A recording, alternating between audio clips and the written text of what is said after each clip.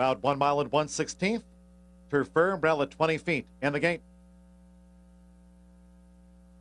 And they're off. Dutch Striker toward the inside. Amber Lake, here's Tickfaw. The odds-on gamble just right. The newcomer Steam Star. Presidente Doro drops back to last. They have one circuit of this Gentilly grass course to go. Jesse Campbell and Dutch Striker leading Tickfaw by just over a length. Robbie Albarado has the favorite. Just Right settled in third position as they turn from Amber Lake. Steam Star next in line, and Presidente Doro trails the field.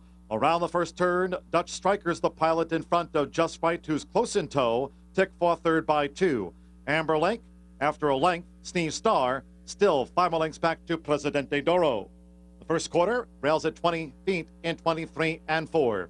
Dutch Striker dictates terms to a close Just Right, who shadows Dutch Striker's every move. Here's Steam Star. Steam Star now pressing forward with a run to the half-mile pole. Tickfaw is fourth. Amber Lake and Presidente Doro remains at the back of the field.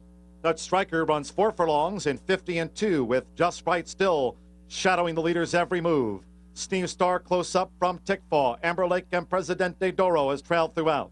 Around the far turn they go. Just Right coming up now, gliding up to Dutch Striker coming toward the quarter pole. Dutch Striker just holds Just Right on the outside as they straighten. Steam Star and Tickfaw. Amber Lake and Presidente Doro.